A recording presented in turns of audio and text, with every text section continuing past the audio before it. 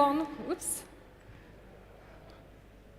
So my name is Ariane van de Ven, and I'm a global trans expert, and I'm also head of trans at Telefonica. Can you hear me okay? 'Cause I've got a massive echo. The video we just showed you is a little introductory video to the new trans content that I've been putting together this year. And you will see, I will talk about the metamorphosis of things. But before I explain to you the trans of this new report, I want to explain to you what I call trans, because I think a lot of people look at trans in different ways. And for me, trans are really this. They're really manifestations of people's emotional needs. I don't think trans pop up from anywhere. I think there's always an emotional driver, an emotional reason behind why people are starting to behave in a different way. And that's really what I'm going to share with you during this session today. And before I talk about trans, I just want to give you a little bit of context, because it's a really big part of my work, like trying to understand what is happening around the world, how things are shifting in the global landscape that we live in. And I think a lot of the time when we look at the world around us, when we look at the news, we're on TV, newspapers, wherever is happening around the world, it seems that the world is in crisis. And it seems that there's a lot of negative things happening. A lot of people are feeling that a lot of the advances that previous generation worked really hard for are kind of like being removed from us. So a lot of commentators are looking at the world and saying it's a world in crisis. I actually think it's much more than that, than a crisis, because a crisis implies that after the crisis, maybe things go back to normal. And I actually don't think it's the case. I think we really need to accept the fact that the way things were will never be the same again. And instead of thinking of the world in crisis, I think we should look at the world in terms of the world is changing, the world is going through a transformation, and the world is in metamorphosis. So the metamorphosis is the name of my latest trend report, and that's what I'm going to talk to you about today. The way I organize the trends that I identify is according to 3 dimensions, because I think we have very different needs depending on the context that we are in. So first of all, there is the individual dimension, where I try to understand the kind of shift in the personal motivations and behaviors that people are going to have in the future. So that's what you see in the center.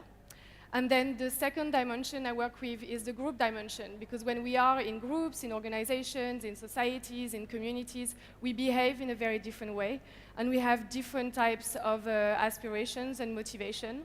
And then the last dimension is the technology dimension, which I'm guessing all of you here are very interested in. And the technology dimension is really where I try to understand how our relationship with technology is evolving as we are using technology more and more. So that's kind of like the content I'm going to give you an overview of in the next 10 minutes. So if we start with the individual dimension, I think overall what's happening is that people are building a different relationship with time, and also they're trying to understand how to bring more value into their lives. And they're defining this term of value in very different ways from before. So we're going to see 2 trends that are very different, and they work in opposition to each other. The first one is the blissful equilibrium. And blissful equilibrium is about the fact that people are going to actively seek to bring more focus into their life, so actually to resist the pressure of time. A lot of the time we talk about people being hyper-connected, always on, having ADD. I actually think a lot of people are going to try to slow down, to bring more focus into their life and their activities in order to find their own pace and place within the digital world. And then the other trend, the opposite trend in the individual dimension, is called sensory wanderlust. And it's a very different trend. It's about being in the moment and really trying to indulge your exploratory drive, because a lot of people feel that their life is becoming a little bit too convenient, a little bit too safe, and as a result, they want to feel alive, and they put themselves into extreme situations in order to feel alive now. And for each of the trends I identify, I also identify typologies, because when you work with trends are very interesting. They give you a picture of what's happening, but in the end, you want to make trends useful. So I build typologies, which are mindsets of people, to help people in my company and other places think about the kind of mindset of consumers that you want to appeal to. So when you're working on a new product, a service, a campaign, it's very useful to use typologies instead of consumer segments because typology runs across consumer segments. So the one related to the blissful equilibrium is called the clear-headed, and the one related to sensory wanderlust is called the daredevils. So the clear-headed are people who embrace long-term thinking and they really want to experience reflective moments. That's something that's very important to them. Whereas the daredevils, they actually aspire to bring more serendipity into their lives. And they're using technology also to do that. The clear-headed are also people who track and monitor their stress level to enhance their focus. Whereas the daredevils are people who create a temporal experience compression, which is a term I came up with, which is basically the idea of packing as much experiences as you can in as little time as possible. The clear-headed are also people who they really want to limit interruptions because it kind of blocks and stops their sense of flow. Whereas the daredevils are people who are actually in need of really extreme experiences and they use visuals to communicate and they want to bring more emotion into their communications. And lastly, with the clear-headed, what we're going to see is that they're going to actively contribute to the flow-based economy, so they care a lot about the value they bring to the world, whereas the daredevils are really people who are sensation seekers and they embrace technology to create immersive experiences. Now, if we move into the group dimension, it's a little bit different, but again, the idea is that we have two trends that work in opposition with each other. And what I think is going to happen more and more in the future is that groups and organizations are going to work according to new values, and is going to really challenge the current paradigm, and is going to create new systems and new mental frameworks. So the first trend that we have is called the Open Agora. And the Open Agora is a bit like today, an Open Agora. It's about the fact that people are going to display more openness. They're going to relate to a global conscience. So that's something that's going to be very different. Whereas the walled gardens is about people who are going to find ways to protect their secrets. So they really want to be very mindful of the digital trail that they leave, their digital identity, and they really want to remain anonymous and they don't want to be spied on, which is a very topical subject at the moment with all the things going on with the NSA and the likes. The typology for the Open Agora is the undogmatics, and the typology for the walled garden is the guardians. So the undogmatics are people who are xenophiles, so they're people who are really excited by the new, by the foreign, and they want to nurture their cognitive diversity. Whereas the guardians are very concerned about the datafication of the world. Pretty much everything now can be translated into a quantifiable format, so it's something that really worries the guardians. The undogmatics are people who are open sharer and they really engage in the sharing economy because they feel that they can become amplified individual. And one of the case studies I put here, I really encourage you to have a look at it. It's a really good example of becoming amplified through engaging in the sharing economy. Whereas the guardians are, again, very different. The guardians, they use anonymity tools to combat mass surveillance. And you see that, for instance, with telegrams. The undogmatics, they engage in the personal information economy and they look for rewards and personalization that they can get from engaging in the personal economy. Whereas the guardians, they use encrypted communication and ephemeral communication because they really want to protect their walled gardens. And finally, with the undogmatics, what we're going to see is that they're going to really try to manage their reputation because they understand that it's very important for them to build a strong reputation and be transparent and also engage with companies that are radically transparent. Whereas the guardians, again, they try to control their digital identity and they want to remain anonymous as much as possible. And then finally, the last dimension I'm going to take you through is the technological dimension. Again, two trends, two different perspectives on what's happening within our relationship with technology. So what we're going to see is two things. One thing is about people trying to improve themselves by using technology. The other one is really people trying to use technology to improve the world around them and the planet. So the first trend is called Supercharge Me. And Supercharge Me is about the fact that people are going to integrate technology into every aspect of their lives to enhance themselves, but not only to enhance themselves, also to reflect, to reminisce, to compete, to challenge, and to inspire themselves. And the other trend is called Better for Us, and it's about the fact that people are going to really use technology to improve the world around them. And they really see, thanks to technologies, that issues are interconnected, and they think in terms of ecosystems. So related to those two trends, we have, again, two typologies. First typology is the egoist, and the second one is the ecoist. So the egoists are people who are natural-born hackers, and they really want to use technology to create their personal tech bubbles. They want everything to be personalized and unique to them. Whereas the ecoists are people who really have this kind of like network thinking, and they believe that technology should be altruistic. You know, it should really bring value to the world. The egoists, are people who are concerned about building their personal brand, and they humble brag, you know, they exaggerate a little bit what their life is about, because they don't want to be normal. They really want to appear extraordinary. Whereas the ecoists are people who are smart citizens. They really engage in the world around them, and they aspire to live and build more empathic cities. The egoists are people who are obsessed with self-tracking. They're data sexual, that is a term, and they aspire to become living gods, so they really think, you know, about the kind of projects that they can build that would enable them to live on, at least digitally. The ecoists, they are the people who power the gift economy because they really want to give back, and they embrace crowdsourcing. Whereas the egoists, they are people who care about their digital legacy, and they want to find ways to live on beyond their lifestyle. So this company, Eternity.me, is quite freaky. And then the last ones, the egoists, they are savvy entrepreneurs, and they engage in the solution revolution. So they really embrace all the tools available to them around big data and sensors to really come up with solutions that will benefit all of us. So what I've tried to show you in this little overview is that really, with this idea of metamorphosis, it's about finding ways to really enable people to metamorphose themselves and the world around them.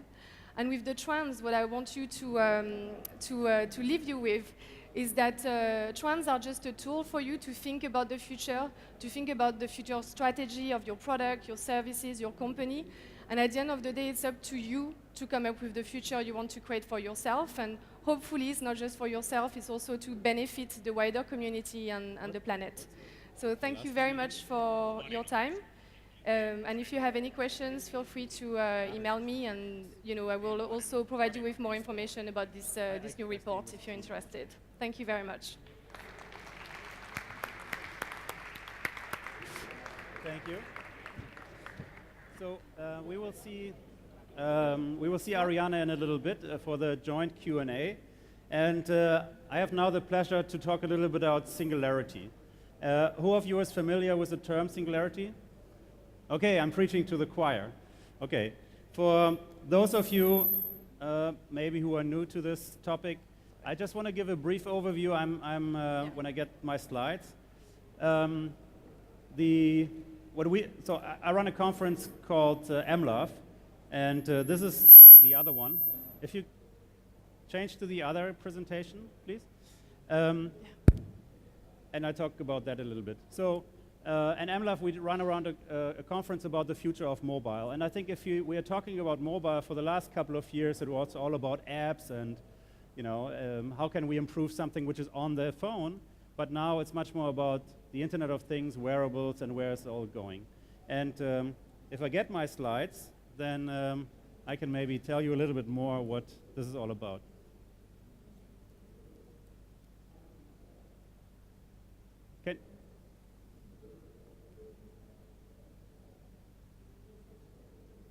I am having a good day today. How about you? You have a good day? We're in Barcelona, the sun is outside, the slides work in about 5 minutes or something. So I think what we saw right now in the trends, what Ariana said, is that we have to keep humanity as part of what we're doing. Right? Most of the people in technology, and maybe if you go to the new era, it's a very technocratic view. And I think one of the things which was driving technology is really about we can do a lot of things faster, smaller, cheaper. But the question is, well, where's the meaning? Do we have a general plan? Where is it going? And if the slide gods are with me, then I will share a little bit like that. I think something is happening. It's coming?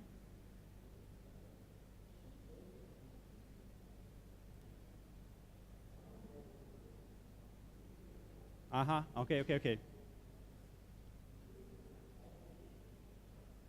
Yes, okay, so we're on. And Ariana has my clicker, I guess.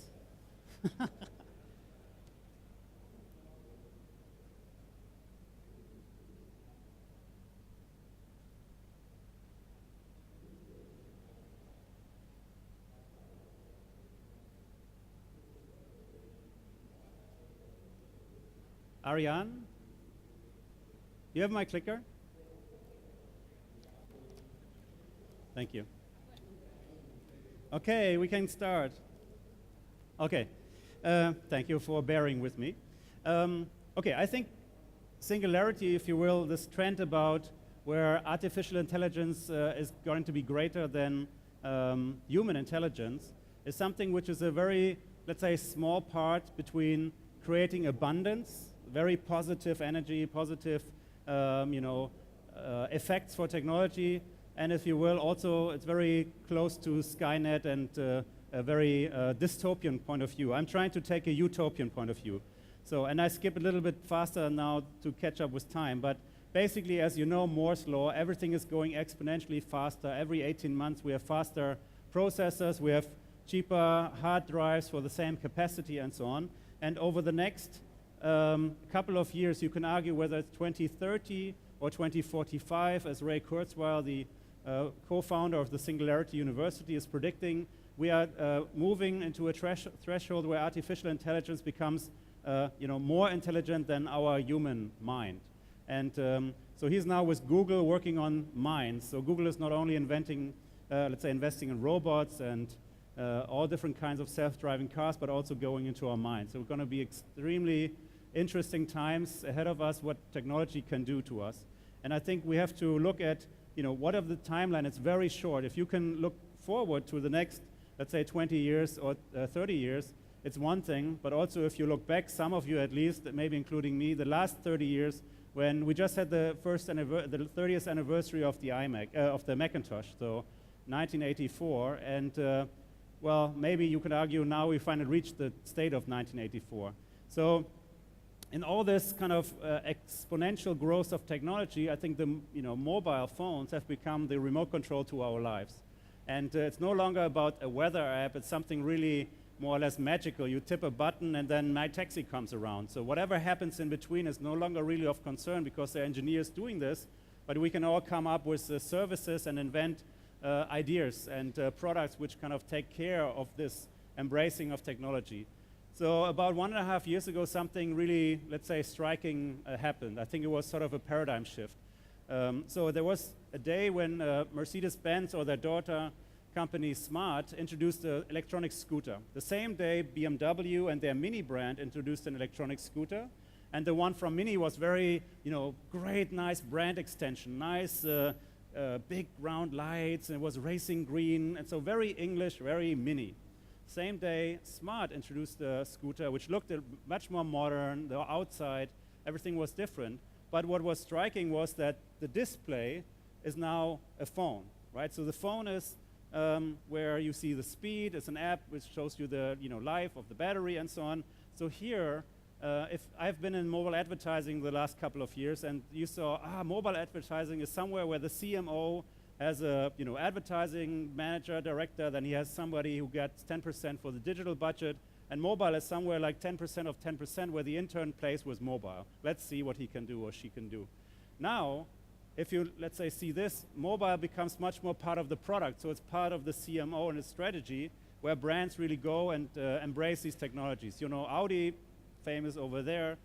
Google is not the only one working with self-driving cars. Also, Audi has a self-driving cars, and they kind of raced it on a famous racetrack in the US. And other companies are working on this as well.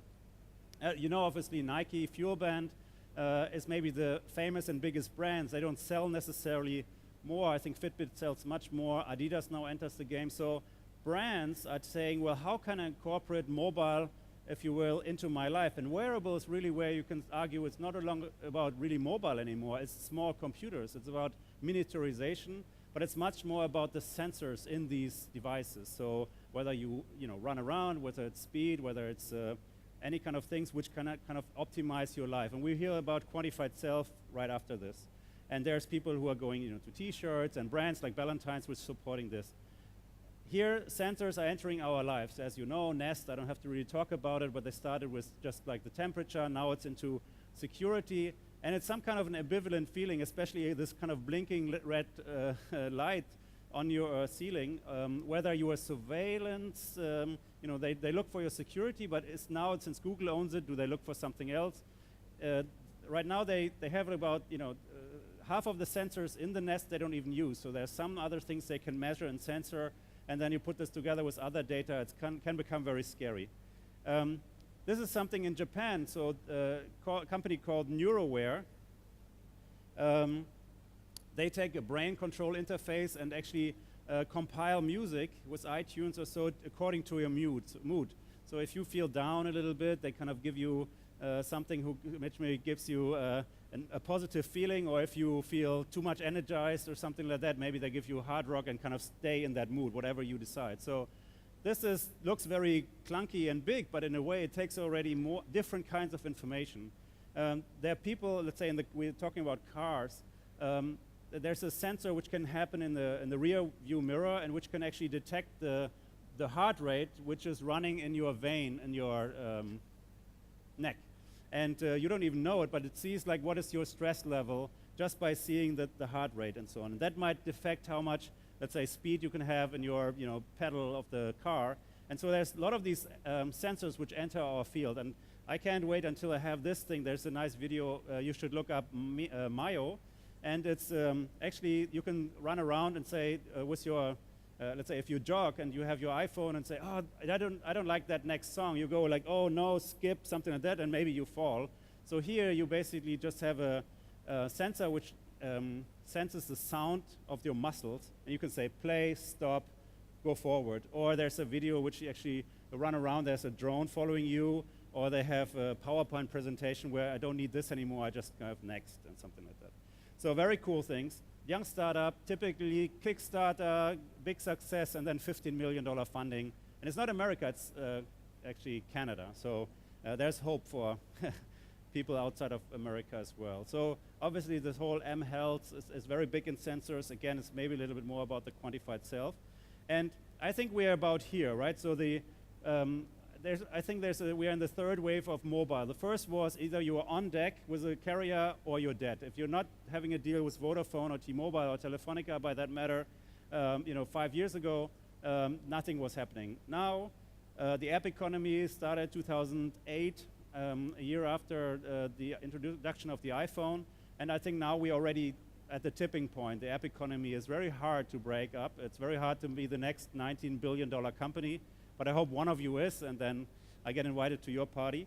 So I think what's happening now is really the third wave of mobile, where we are talking much more about wearables, Internet of Things, maker movement, shareable economy. A lot of these things which are happening now are actually happening because of miniaturization and possibilities of computing. And so that's what we call the lifestyle of mobility. It's all around us. It's something which is much more in our lives than just with a device. And so you can argue there will be a lot of devices. So now we have 5 billion phones, then we have the next iteration is 15 billion devices which are somehow connected. And in 2050, not so far away, a little far away, maybe it's 1 trillion. It might be even earlier. Gigantic big numbers. And so basically we ain't seen nothing yet. Whatever we think, we are already connected and something is there. And so Intel calls this the ghost of computing. It's not a really positive word, but in a way they say, well, internet is all around us, but you can't see it. It's like a ghost. So what are some of these elements they see? I mean, we have chips already which are a millimeter, and they can put them in their eyes in the contact lens for Google, as you know, for diabetes, scanning like that. We have body sensors which take you don't have something physically like this anymore and have to take it off. You want to swim, so this can be on your arms, almost like a tattoo. We can go very, very small with drones, with very much, nanotechnology, 4D printing, and so on. And there's all these experiments. We're entering bio technology where we can have computers, basically transistors on a cell level, which was invented. So, and we can store 700 terabytes of data in 1 gram of DNA. And it's happening already now. So Harvard, Stanford, MIT, and some of these people are working on this. It's there. It's in the lab. And so you could argue it will be there in the next 5 or 10 years. So in the next 10 years, the power we have in our iPhone right now, or whatever the Samsung 5 is, in 10 years from now, this will have the size of a blood cell. So the computing power we have will just be so minimized, combined with the power of the cloud, so that in 10 years it's a size of a blood cell. 10 years after, you don't really know, but let's say 2045, when you can argue that if we see Her, the artificial intelligence movie, we'll see something of that. So I tried to put together a roadmap of what will happen over the next 1 or 2 decades. And so if you follow, let's say, okay, we have not even introduced Google Glass, and we're already talking contact lenses. You know about material, glass and sapphire glass and so on. That will be see-through. All of these things are already in shows, either CES or the shows in Taiwan. And as you know, the CPU, and we follow that combined with DNA, in the next 20 years, our kids and something will have a totally different environment where you you swallow a computer, and it will do something to your body, to your health, hopefully in a positive way. Wait until this computer which you swallow is sponsored by Novartis or something like that. That will be here, like half a liter of computing power I can drink. And who knows about Watson? Okay, so Watson is sort of the super brain computer from IBM, which is sort of the king of artificial intelligence right now. And it played Jeopardy, a TV show, and kind of really won and kind of destroyed the 2 legends or winners of the natural competition. So this kind is now the size of half of that corner over there. So it's a big room of computing power. Again, in 10 years from now, that will have the size of our phones. And if you follow that again, so in 20 years, what is now one huge computer, and you only have one of them, will be in everybody's phone. So you could really, I think, follow that over the next 20 years, something really dramatic will happen. And you and you and you and you're all in the driver's seat. You can decide whether you want to do a new weather app, and that's great, that's cool, or whether you go into something like this, where either you build it, or if you know about it, well, maybe we should discuss if we really want this. Because if not, I think there's something here where we have to watch out whether this is a positive way, or whether this is really abundance, or whether it becomes Skynet. Sensors will be like cheap. There's a company called Dust Network. They just sprinkled sensors in streets, and street tells you after 5 years or something, so many trucks have been here, I need to be restored. And so I think this is the iPhone 20. There's no more phone, right? We have contact lens, and you could argue maybe, hopefully, there's not even a red ring. You don't know if there is a phone. You have, the IMT is the after LTE antenna. It maybe looks like a hair extension. If there's something like a CPU, it is maybe in your ear. And whatever the huge BCI, brain controlling interface, was from Tokyo, it probably is a tattoo or something stitched under your skin. And all of that is within reach. It's in some lab already, and we just have to put it together. And I argue, and that is what some of the things we're discussing as well, who actually has a master plan? Is there like a Steve Jobs who says, oh, I take this and this and this and actually build it? Or what is most likely to happen is that you have some people who are in optics, and they do a great lens. And there's some people who are doing storage, and they do great storage things, smaller. And somebody is doing the antenna.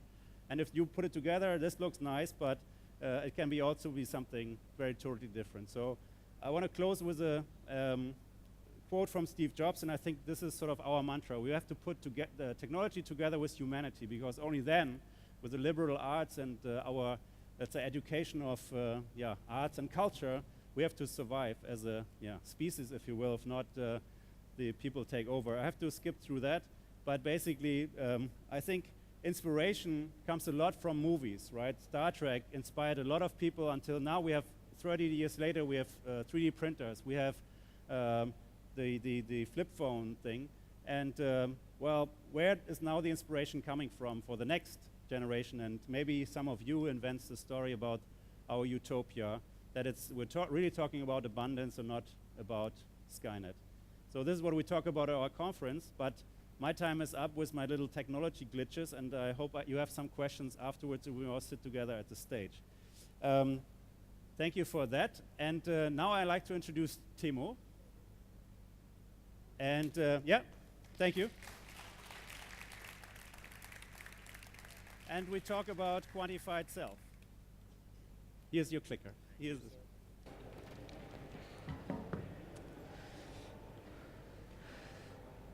Ladies and gentlemen, my name is Teemu Arina and I'm from Helsinki, Finland. And I'm going to talk about quantified self and biohacking. Something might go in your mind, what does this actually mean? But I will get into it just in a second. Seems like, yeah. So, quantified self and biohacking is a pretty big thing in Finland right now.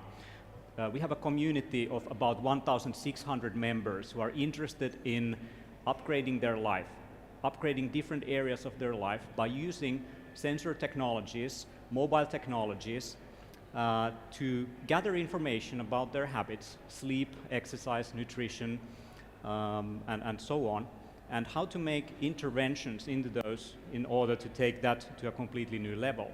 And it has already spread to some other countries like Estonia as well.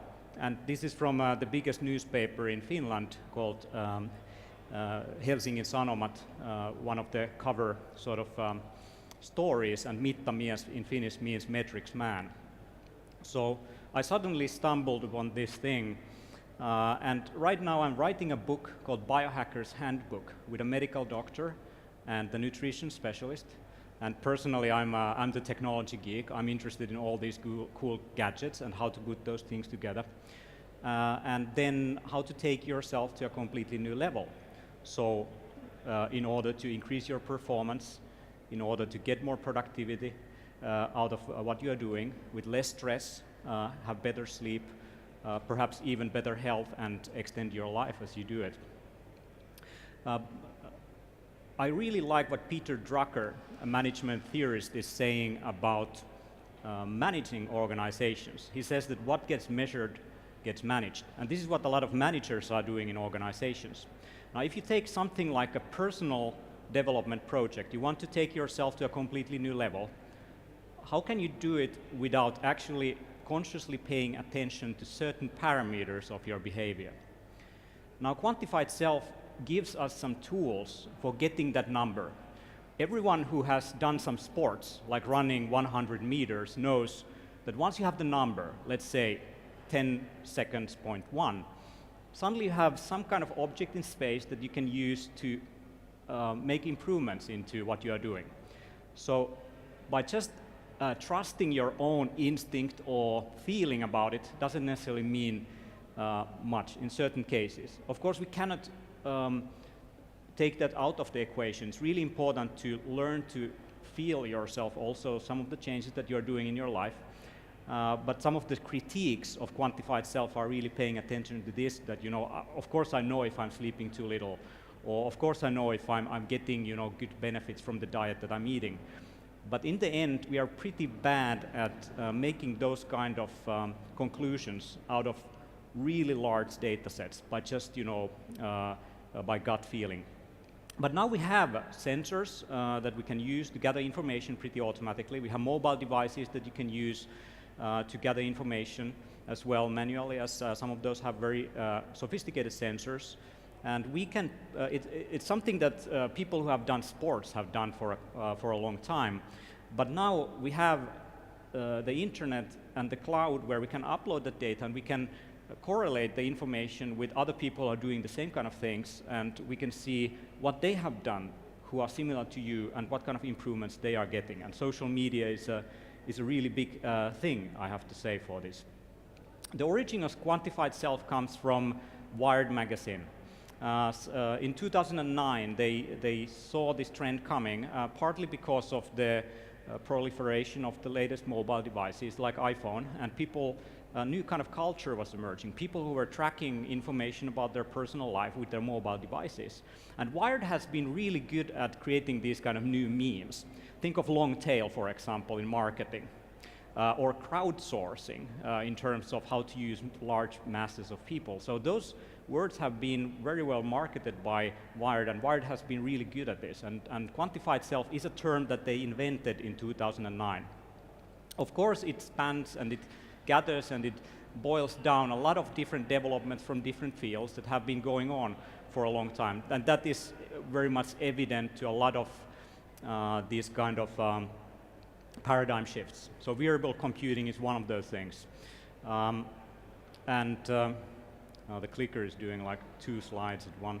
But anyway, so you remember the Terminator movie, you know, the guy going to a bar and measuring the guy in the bar if what their size of the clothes are.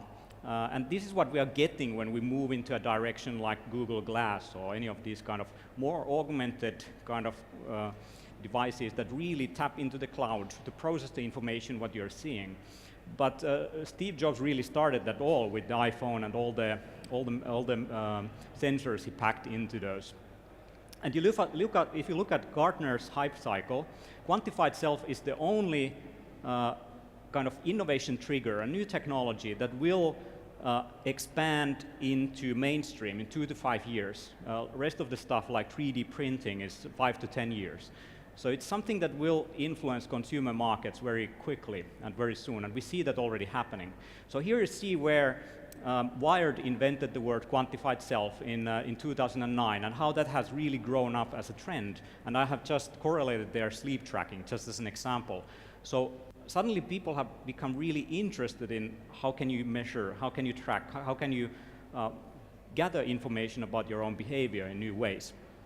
And biohacking is something where you take this to optimize your life. And in a way, you are thinking of your body and your life and your relationship with the outside world as a complex system. So what kind of inputs you have, what kind of processes are going, and what are the outputs? And what kind of interventions you can do to those to actually get some kind of benefits you are looking for. So quantified self and biohacking together are something where quantified self is really when you design those kind of experiments you want to do. For example, you want to improve your fitness, you want to have higher performance, you have certain hypothetical idea what you want to achieve. Now, quantified self gives you the tools to gather information a little bit more objectively of what you are doing, to map yourself and then use that map to create new experiments, to take yourself to another level. It's sort of like life gamification, where you are sort of like an avatar. Avatar is Sanskrit and means descendant from the god. You have these kind of godlike powers. Just like in a game, you know, you have different parameters. You drink a potion and suddenly some of the numbers change. This is what I'm interested in. So what kind of map can I create of myself about my activities and all the things that I'm doing, and how that actually then influences certain parameters of myself? And there is a number of trackers out there that you can do for all kinds of areas of life. This is just an example of what I used to heal myself of a stress-related medical condition. I had an ulcer in my stomach and it didn't heal in 9 months. I went to the doctor, I got some medication, the medication didn't help. I was faced to face myself, look into the mirror and really dive into the information and dive into what can I do myself. And I used a lot of quantified self tools and to really track what kind of outcomes I'm getting. But what was really interesting to this, what I was doing, was actually that once I started doing those kind of tracking experiments, it became much more easier to do behavior change. Every one of you know how hard it is to change your behavior, how hard it is to start exercising or eating more healthier food. But the moment when you start tracking, for example, your sleep, suddenly, you cannot fool yourself. I was able to use a device like this. So this is a bedded sleep sensor. So you put this under your bed sheet. It detects from your heart rate when you are in the bed, and you get basically information about how long you have been in the bed and through what kind of stages of sleep you have went. And that is really interesting. Other things that I looked into, oh, this is annoying, genetics. So what are my, like in my DNA, basically, what are the conditions in there that are influencing what I'm doing? I looked into diet. That was really a key thing. Come on. Stay. So food. What are the macronutrients I'm getting? What are the micronutrients? But not just what's in the food, but how do I absorb those? So from my blood work, what actually results here?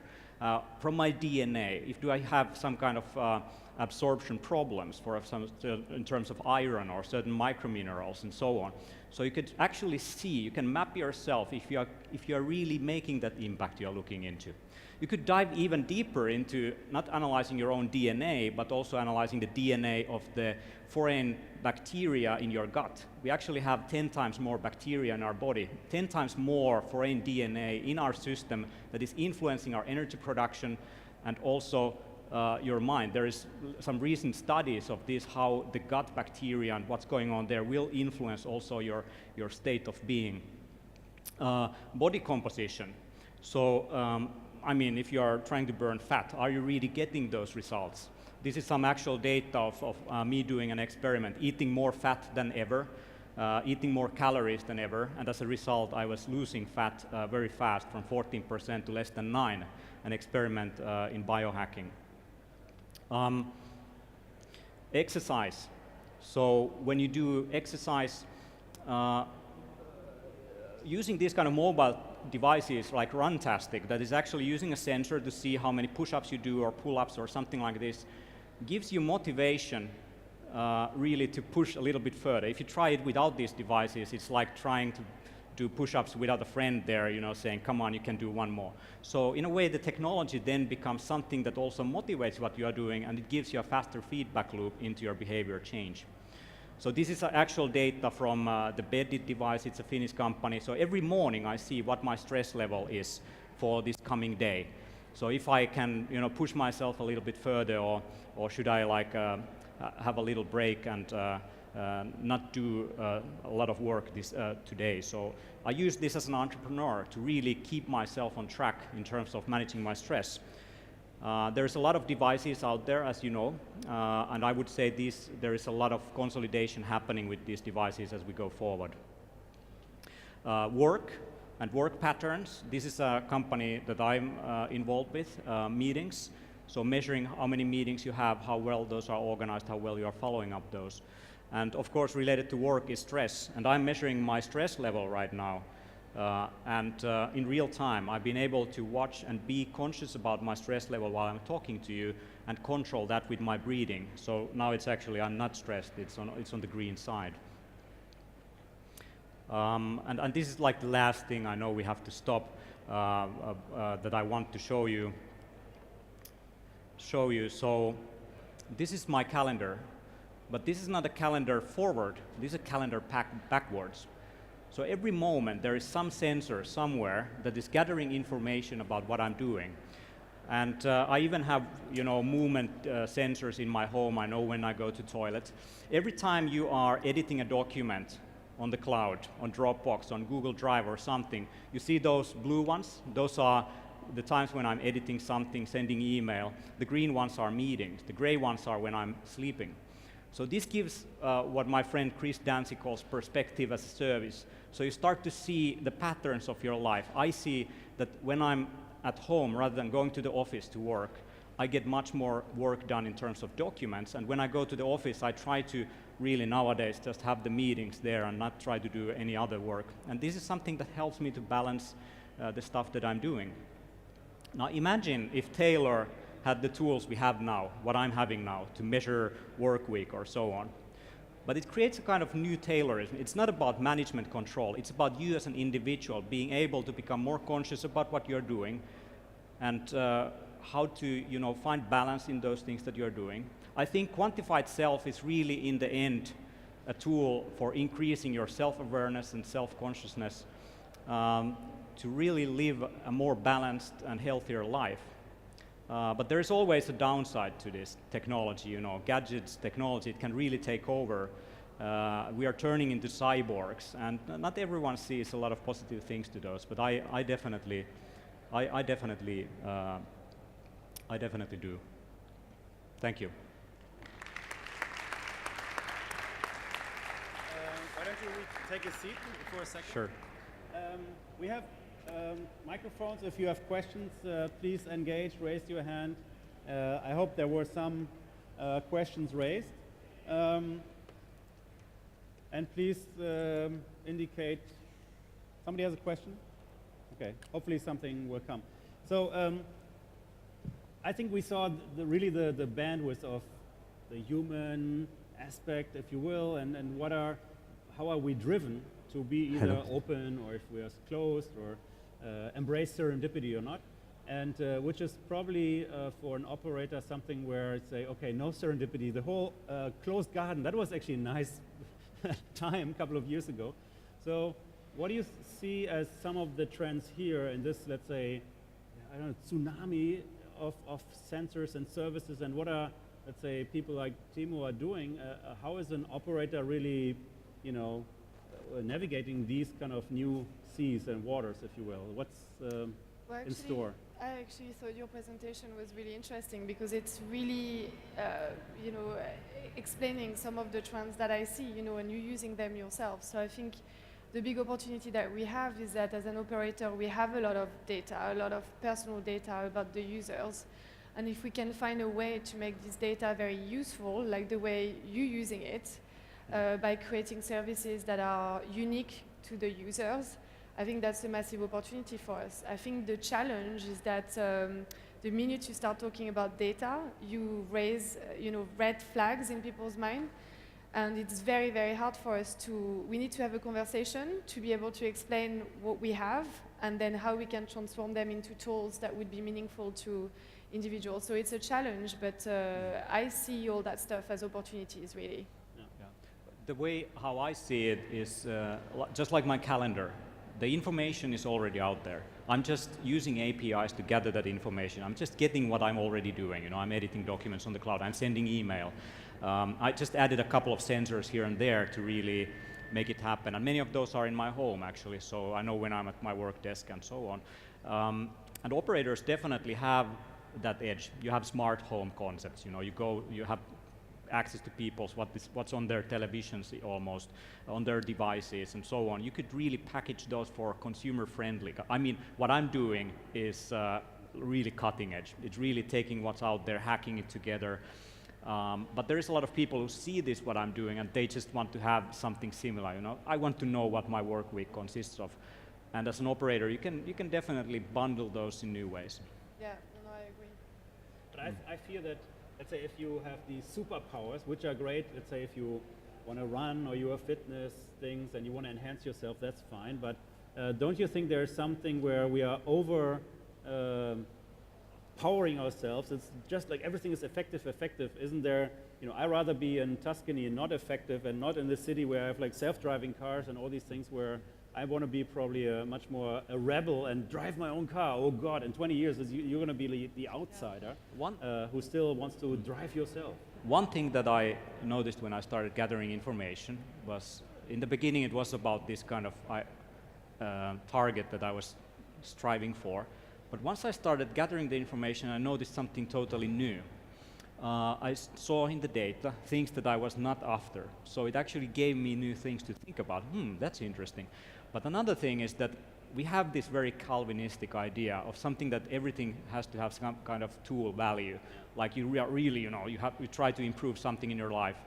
But to me, something in the tracking itself, the aspect of becoming self-aware, I like the tracking in a way in certain situations. Sort of like, am I really doing this? So it's sort of giving me these philosophical questions of what it means to be human, that is not, this kind of achievement-driven kind of behavior. So do you keep some time of your day or week for being not measured and non-effective? I mean, what I just showed you seems like really extreme. What is this guy? He's tracking everything. But what I'm really trying to do is have very non-invasive and automatic data capture. So like a sensor here, I don't consciously turn on anything to track my sleep. It just does it. The same, I don't have any wristbands. I don't need one because I have my mobile phone. The mobile phone already tracks what I'm doing. There's a Finnish company called Moves. It can distinguish between steps, cycling, being in a car, running, without you doing anything. So I can just, what I'm using my time for really is not tracking, but analyzing. I do that once a week. I look at the data and that's interesting. And sometimes you need to gather information consciously, like when I was gathering information about my diet. But that was just to, I had a hypothetical assumption about macronutrient balance and how that influences something that goes into my body. So I tracked that for 1 month. It was really tedious work, every meal, everything you need to track.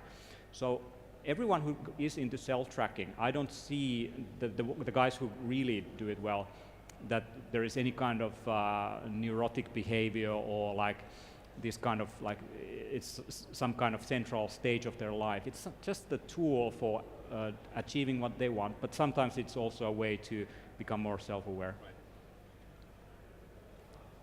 Okay.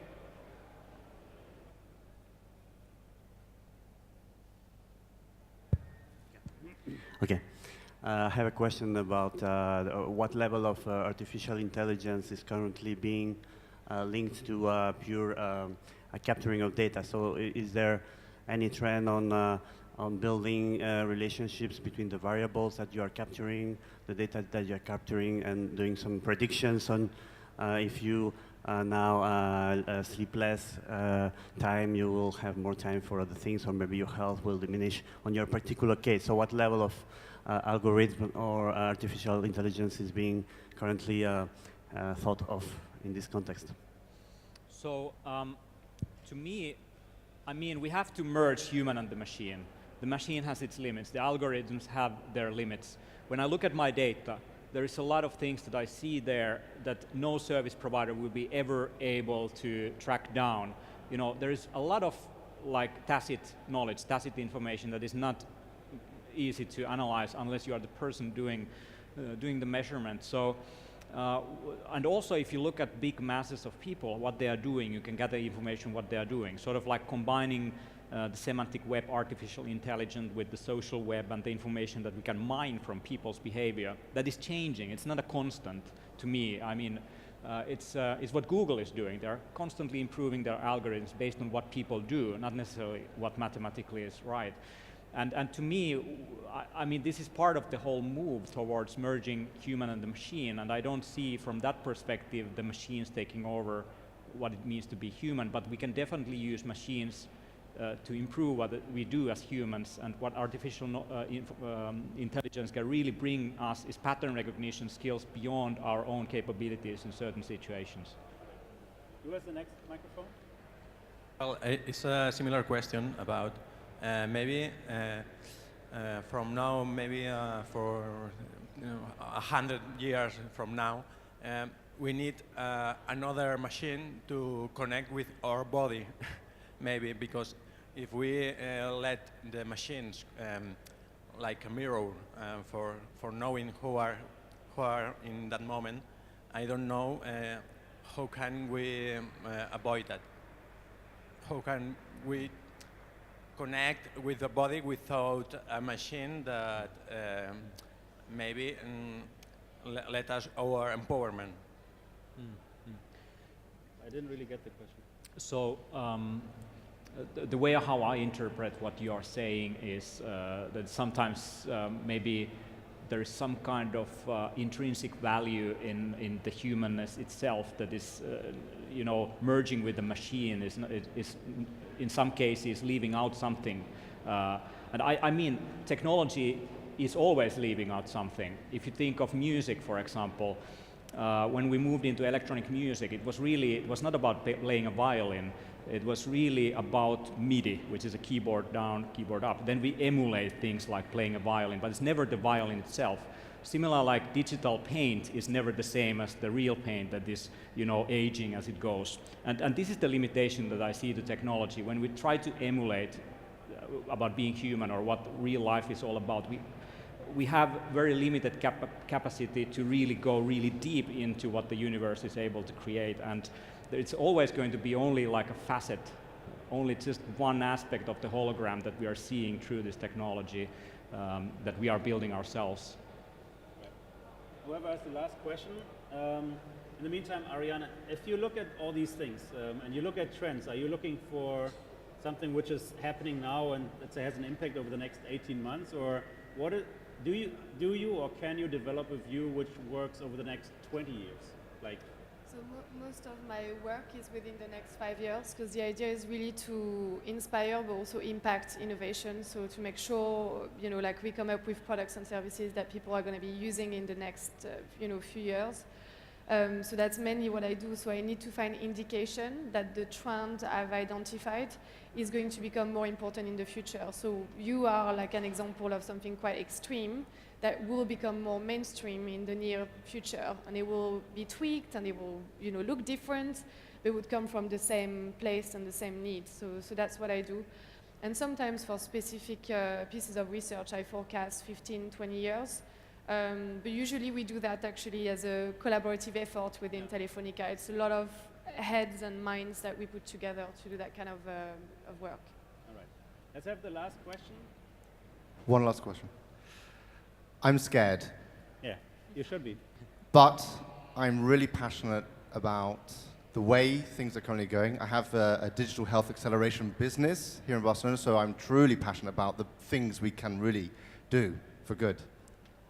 But sometimes I don't sleep well, and I want to know what's the one thing that's stopping you guys sleep well regarding this theme.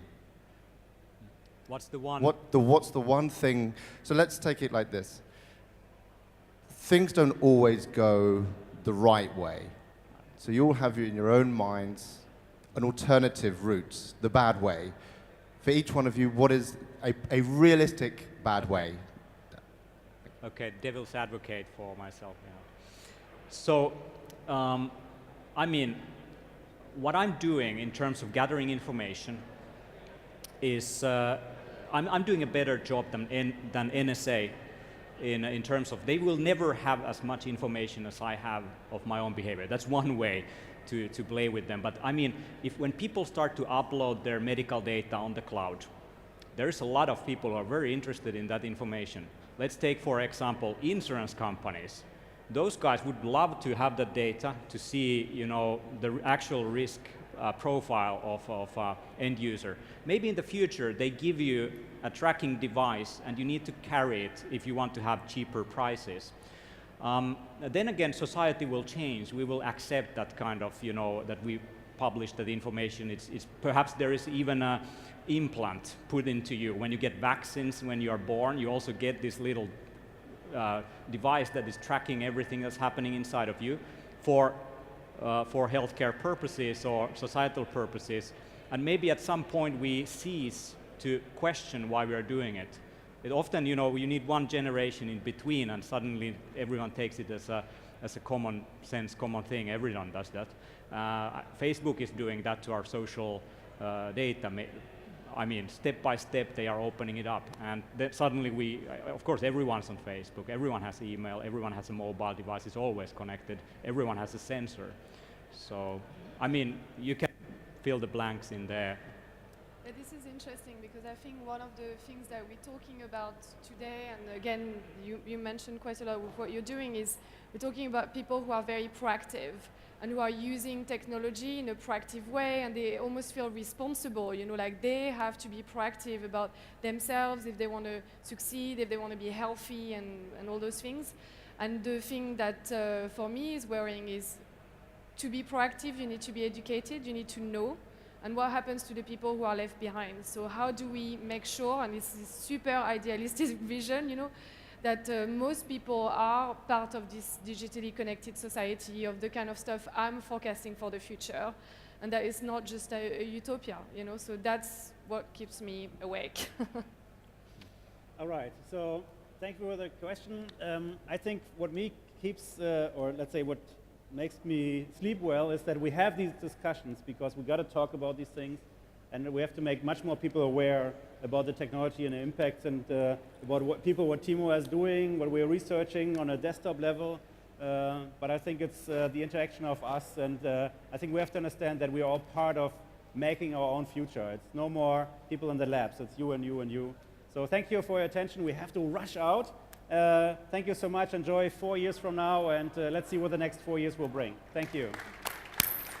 Yeah, thank you. Thank you. Thank you. Thanks, Harold. All right. Thank you, Mr.